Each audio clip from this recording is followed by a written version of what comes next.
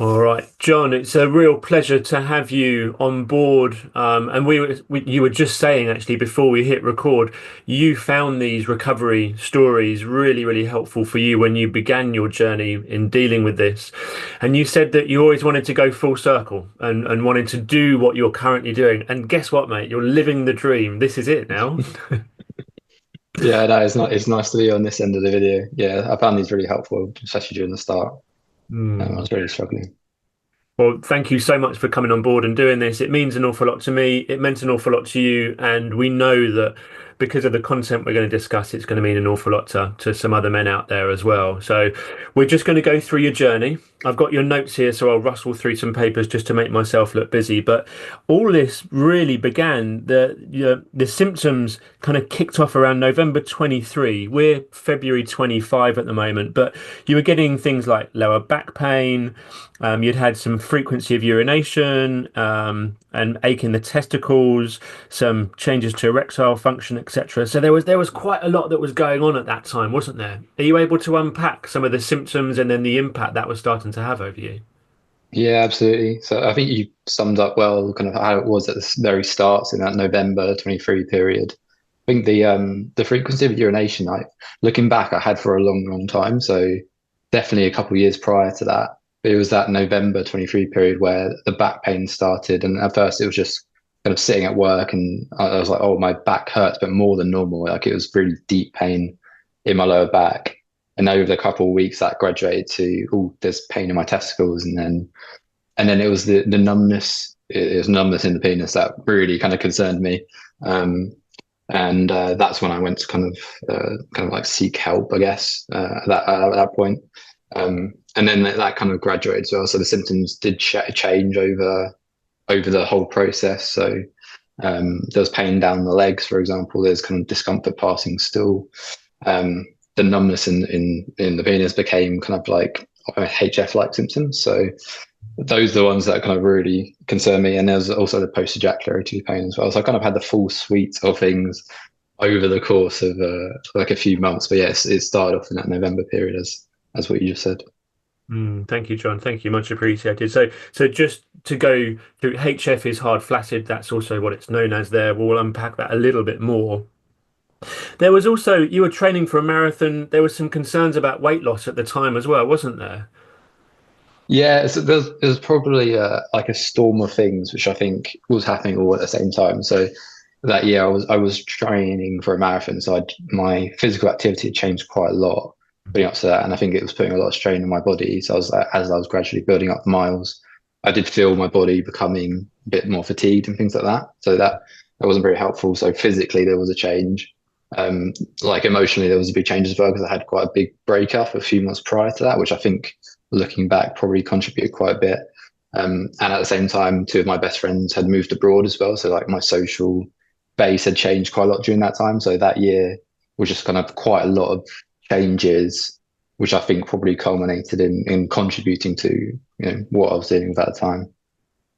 Yeah, thank you, John. Yeah, it's really interesting, isn't it? When we look at the bigger picture, when we look beyond your pelvis and we just take into consideration some other factors in your life at that time. Yeah. So you said that that's when things started to progress and you went then you started to see, yeah, so here we go. November 23, experienced noticeably worse testicular pain, issues within your lower back, particularly when sitting. Early December, this got worse and coincided with a very strange sensation in the penis.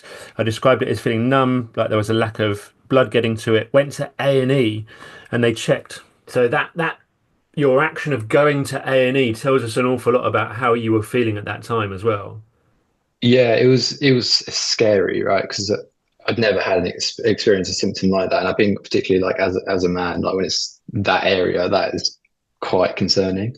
Um, so yeah, I called a doctor about it, and actually they recommended I went to A&E because of the numbness. They were concerned about spinal cord issues and things like that. I think it's quadricina is what they talk about. So yeah, it was basically just panic mode. So I didn't know what was happening to me and I was basically just very scared.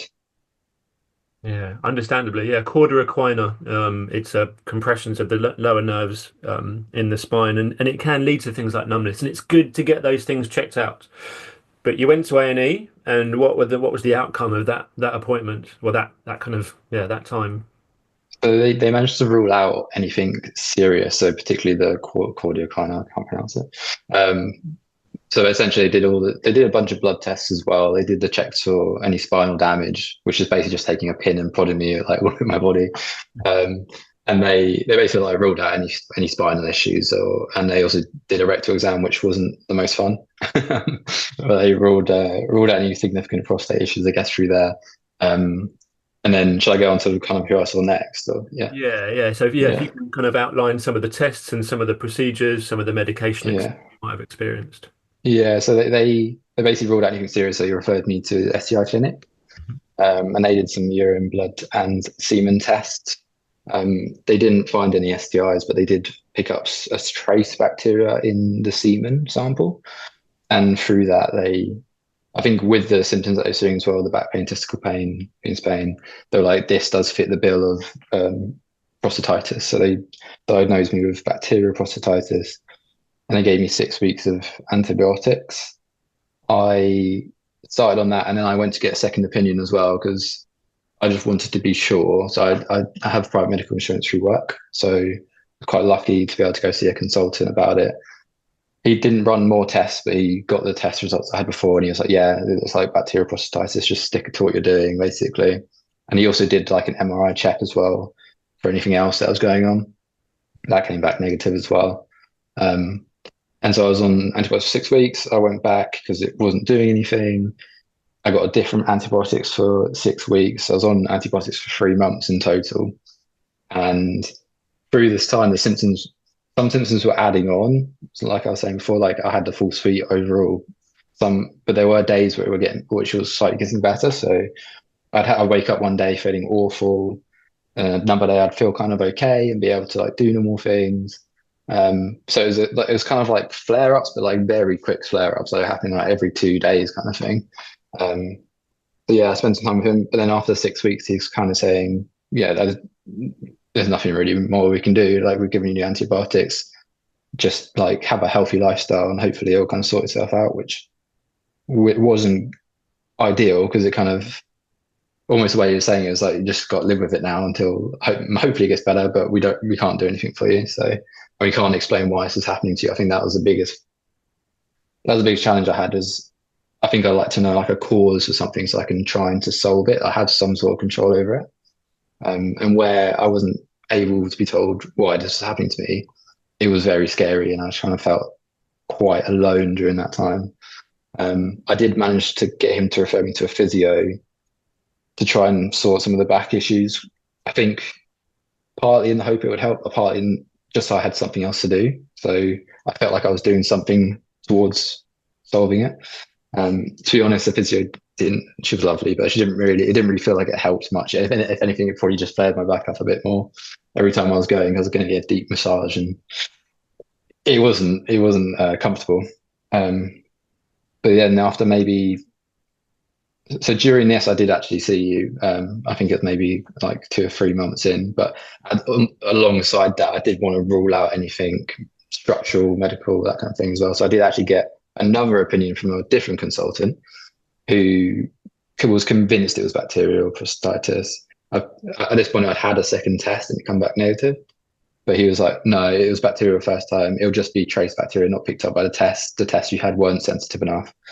I'll give you more tests. And I said to him, look, my understanding is a lot of it isn't bacterial, like cases of this. His view was, no, actually, if you look at more dense sensitive tests, actually, we can probably prove well over 50% are bacterial or something like that. I thought, right, okay. So he just sent me for a test and it came back negative, obviously. Um, but and then his view was kind of like, well, all right, fair enough. His view then was like, okay, you've triggered the pain switch through the bacterial prostatitis because it was bacterial prostatitis, and now it's just a case of waiting for the pain trigger to turn off. And that's his view. And at that point, that was the point I was like, okay, I'm not relying on any doctors for this and at all anymore. I'm not going to go see any because they've really given up with actually finding a solution or give me any advice that I think would be useful.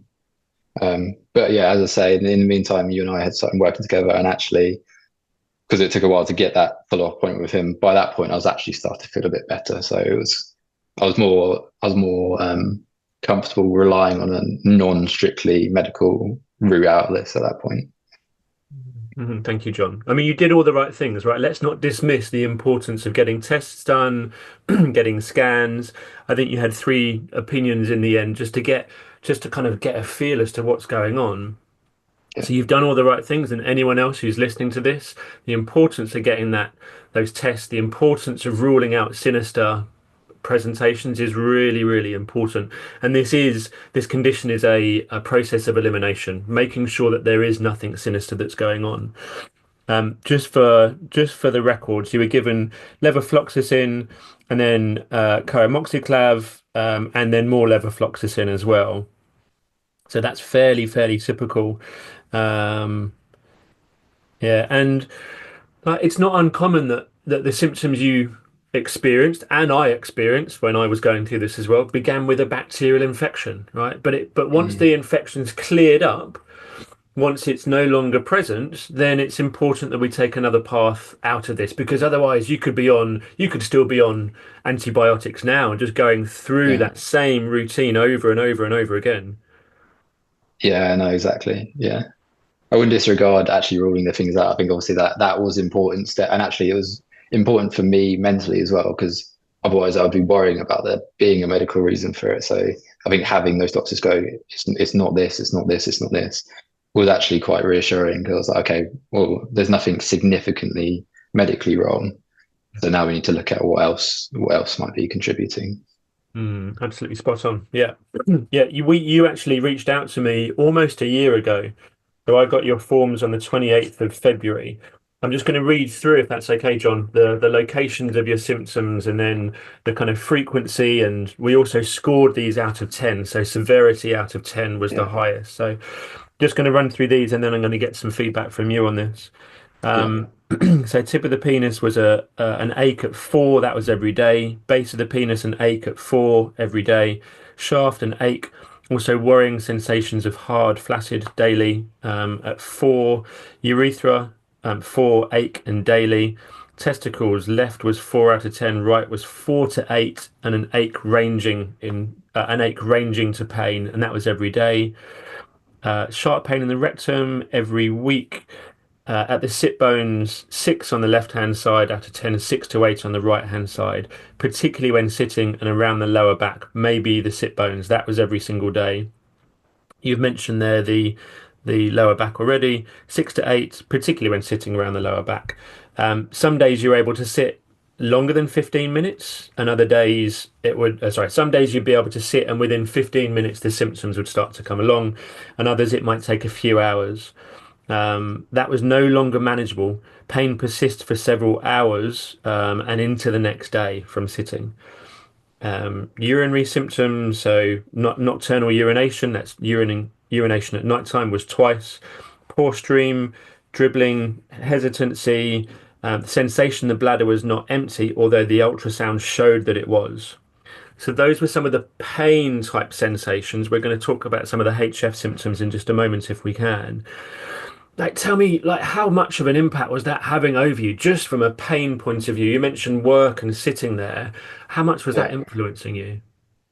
yeah. I mean, so from a from a pain perspective, it was massive because essentially it meant I couldn't sit down. So any social activities which required sitting, I just couldn't do. And actually, I was just in pain kind of all the time for most of it anyway. So even just wanting to socialize, that completely gone. Because I just wasn't enjoying, well, to be honest with you, I just wasn't enjoying anything. If I'm being completely blunt, it was a really difficult time. But yeah, so socially, really challenging. Work relating, I had to basically agree that I wouldn't be in the office so much. And I lead teams in my work, so that was very difficult as well. Um, so yeah, I mean, in terms of just like, oh, and obviously like physical activity, I couldn't do that stuff, and that's always been something I've relied on for like mental health. Just doing things to keep myself occupied and getting those endorphins and things like that. So it was a big restriction on doing just normal everyday things that I felt I should be doing as at that point, I think I was 28 years old, like a 28-year-old guy, like I should be able to just sit down for a bit. Um, so it was very difficult in terms of just restrictions. And then obviously, as I kind of alluded to, like mental health wise, it just absolutely collapsed during that time because kind of losing all confidence, not really seeing anyone, kind of like becoming isolated as well. Because yeah, you're not actually going out of the house really. And so yeah, it was a really difficult time. Thank you, John. Yeah, I can hear that. I can see that, and I know that from our time together as well. So you had pain and the fact that that influenced so socially and working for you as well. And then, are you okay to talk about some of the HF symptoms, some of the hard flaccid symptoms as well? Yeah, absolutely. It's the one I'm more embarrassed about, but I think we spoke during our sessions that I wish someone had spoken about it on some of these calls, so I'll be the one. Yeah. So this is often presented as numbness or like a lack of sensation, cold, change the presentation of the penis, etc. as well. So not only are you getting these weird sensations, but also the presentation itself, looks different. Yeah, So there's that feedback loop there as well. yeah, it's definitely but now that we get to after a bit after where I am now, but I mean, looking back now, there was definitely something going on. I think the feedback loop is a good description of it because I think it becomes worse the more you're aware of it, kind of thing. So you're right that like things didn't look right down there, like it did like the blood flow restrictions and things like that. But I think once you become very aware of it and scared of what's going on, I think naturally that becomes a feedback loop where you're in a constant state of fight or flight. And then it only becomes worse. You're over monitoring any slight change because it wouldn't be like all the time. It would, some days would be fine. Some days you're like, oh, things don't look right. And so those days become more regular if you're in a constant state of fight and flight and you're constantly monitoring, and any slight change, you're like, oh, is it back now, kind of thing. So yeah, it's a very strange symptom, but I think uh, yeah, it gets worse the more you're aware of it. That's what I'd say. Thank you, John. So there was a lot going on for you when we first met, but you also at the time, you flew over to Australia. So Yeah, in all of this stuff that was going on and the impact that was there, I think this trip was already booked, wasn't it, or something if I recall. And yeah, so you flew to Australia. You spent some time over there. We had a session, I believe, and then you left the country, and we caught up when you were away via email if my memory serves me correctly. Um, yeah, so tell us about the time when you were in Australia.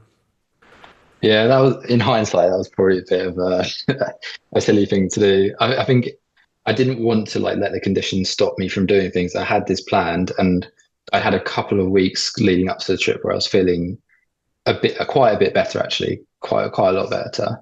And so I was like, I'm not going to let it stop me going. I've already paid the money. I'm supposed to go see a friend I haven't seen for ages. I'm just going to be stubborn and go. Um, in hindsight, I probably should have postponed it a bit because it was very challenging on that trip.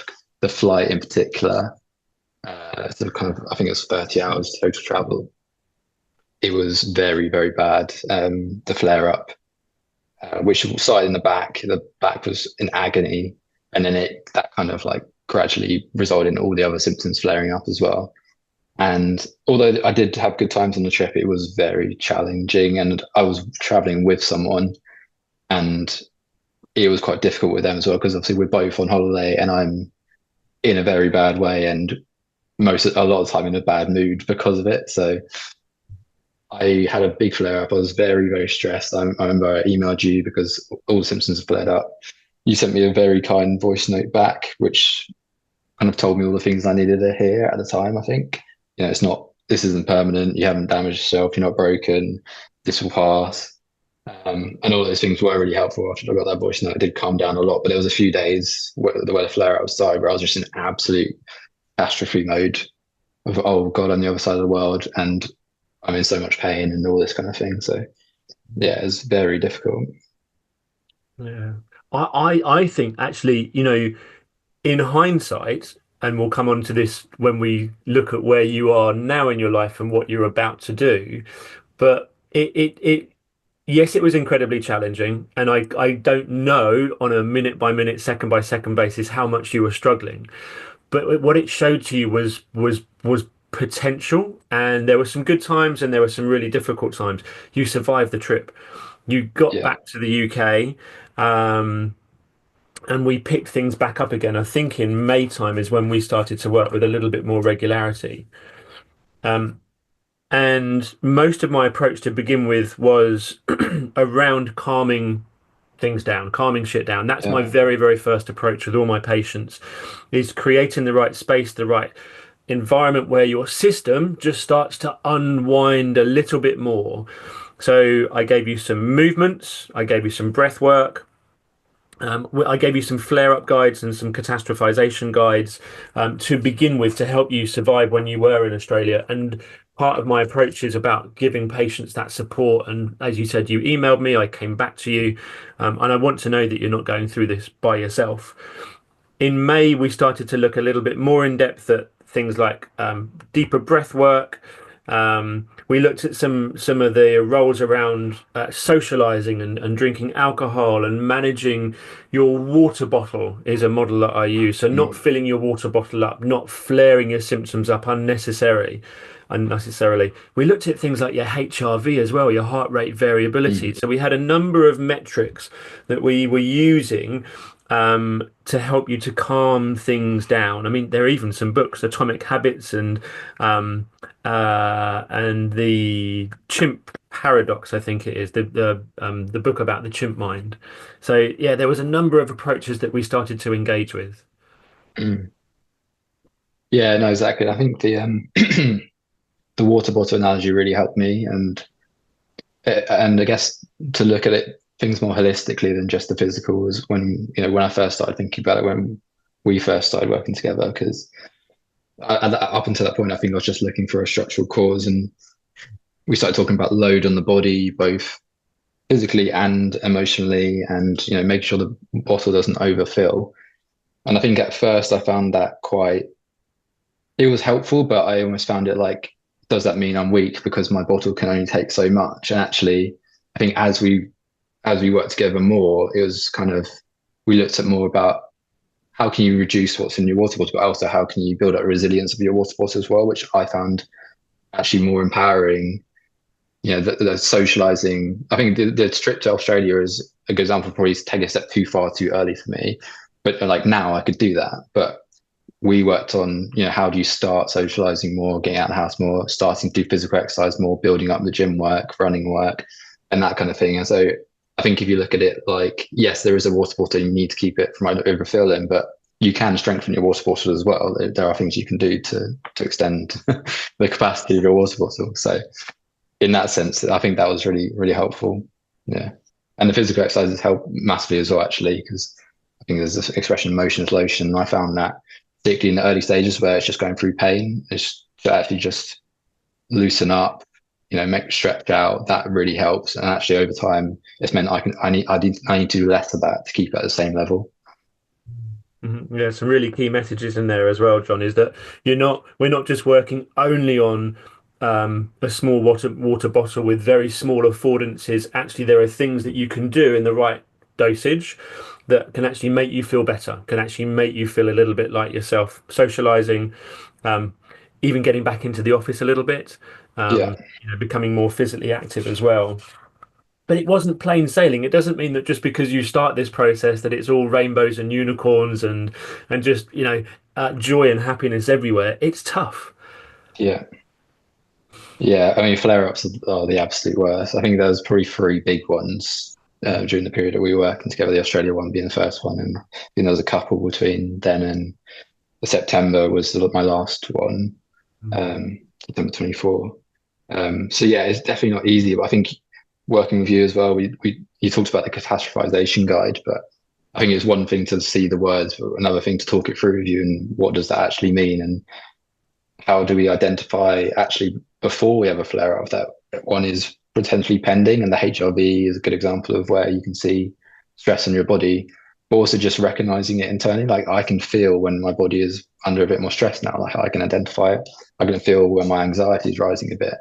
And so before the flare up happens, if it would happen, I can have a rest day from the gym, or I can have a night in, just to let my bottle kind of like empty again. So those things are really helpful in avoiding flare ups as well as managing them. Yeah, that knowledge is really, really important, isn't it? How is my body feeling? Are there early warning signs? Are there triggers? We identified a range of triggers for you that are more likely to lead to symptoms, and then how to manage that better as well. So, there were, in terms of the HF, so symptoms started to get better and better and better.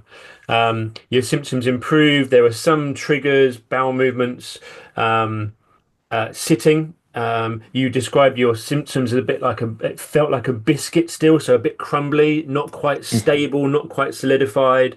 HF symptoms started to dip in and dip out. You were able to then engage with sexual activity as well. So, all that uncertainty about what this might look like in a physical relationship, and actually you proved that you could have a really successful physical relationship.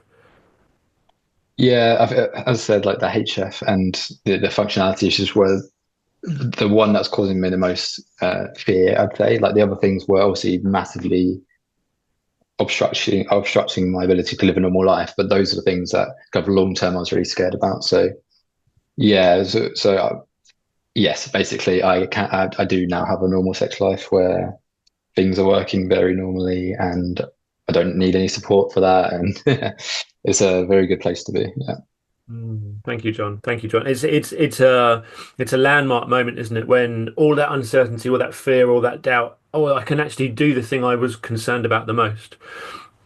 We progressed your movement plan. We made it more more challenging. We got you to move your body in more challenging ways. I encouraged you to get back in the gym and to start running again, and to build that weekly, daily, and then weekly planner of good activity to make you feel better.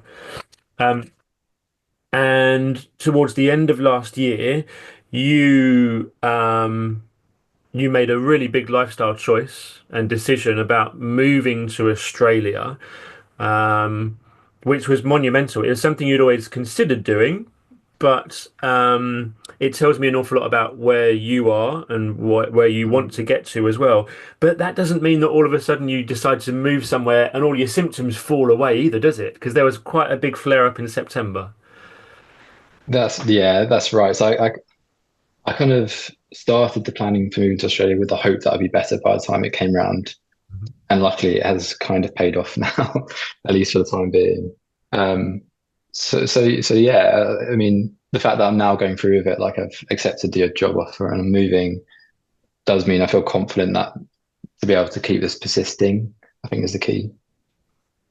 Yeah, absolutely. Yeah, we ended up having 7 or 8 sessions, I think it was. We last caught up for a formal session at the end of last year. Tell us a little bit about how you're doing at the moment. So give us a flavour of what life is like for you now. We know you're about to go to Australia and make that move, which is monumental, like I said, and really, really is. I'm so pleased and proud of you. How are the rest of your symptoms? What is life looking like for you now, socially, sexually, etc.? So very much, very, very near normal, I'd say. So yeah, we kind of spoke about sex life. That's completely back to normal now, which is great. I'm back in the gyms, training kind of 4 times a week, running twice a week, socializing as much as I ever have. I've been back in the office for January, kind of 4 days a week, and actually working at clients and not having my standing desk and not being a massive problem. So in terms of like day to day normal things, fear of doing anything, that's completely gone. I won't say no to something because I'm scared of symptoms anymore. That hasn't happened for quite a few months. I'm not going to lie and say my back pain's completely gone, because I do still experience some achy back pain. Today, my back's a bit achy because I played football last night. I know that happens the day after I play football sometimes if I don't stretch out enough before and after, which I didn't do yesterday, and that's kind of on me. But in general, I can sit down most of the day and not have any significant issues. If it's a bit of an achy pain at the end of the day, that's pretty normal. I've hit 30 now. Things ache sometimes. That's okay, but it's not to the point where it's interfering with anything that I want to do. So I think that was the end goal I wanted to get to. That's great. Yeah, thank you very much again for that insight as well, John. So life is as close to normal as it, it can be at the moment. A little bit of tweaks here and there in the back. What about urinary symptoms and any pain in the testicles, etc. as well? How's that all feeling? Yeah, none of that. None of that. Yeah, Yeah, incredible. no HF for a few, like since September. No, every now and again I'll get testicle aches, but I think I had that before this started, and I think most people get that every now and then. But again, it's not enough to interfere, and I think the key thing is that I don't monitor it, so I don't feel a sensation and get really scared about it. I acknowledge it, forget about it, and then maybe half an hour later, it's not there anymore because I'm not focusing on it. Priceless. Thank you so much, John. I'm mindful of our time. You've been incredibly generous. And do you have any parting messages for anyone who's listening to this, who's going through what you've been through? I think the main one is you can get better from this. That's probably the main thing that you want to hear and need to hear. As I said, I used to watch your videos on your YouTube channel as a bit of a motivator, and sometimes I'd think I won't be the person that gets through this. But if I thought that, I'm sure other people think that that's not true. Like you definitely can get better. Um, and I guess some like key things that helped me learn about the condition, but don't go on the forums. So read the books. There's some really good books out there. Your content is really helpful. People who know what they're talking about, not people on forums. Um, and appreciate the mental side of things as well, because it does play a really important part. And I guess like learning to relax. It sounds simple. It's not simple. For me, it was an active thing, having to learn to relax, fixing in time to meditate and do yoga nidra or my breathing exercises. It's not just, oh, relax. It's okay, actually relax, take the time to relax. Those are the key things I think that help me. That's brilliant. Thank you so much again, John. It's a genuine pleasure to catch up. And your words of wisdom there, I know many men out there will find incredibly helpful as well. So thank you. Congratulations. Have a great time in Australia. Thank you, Cal.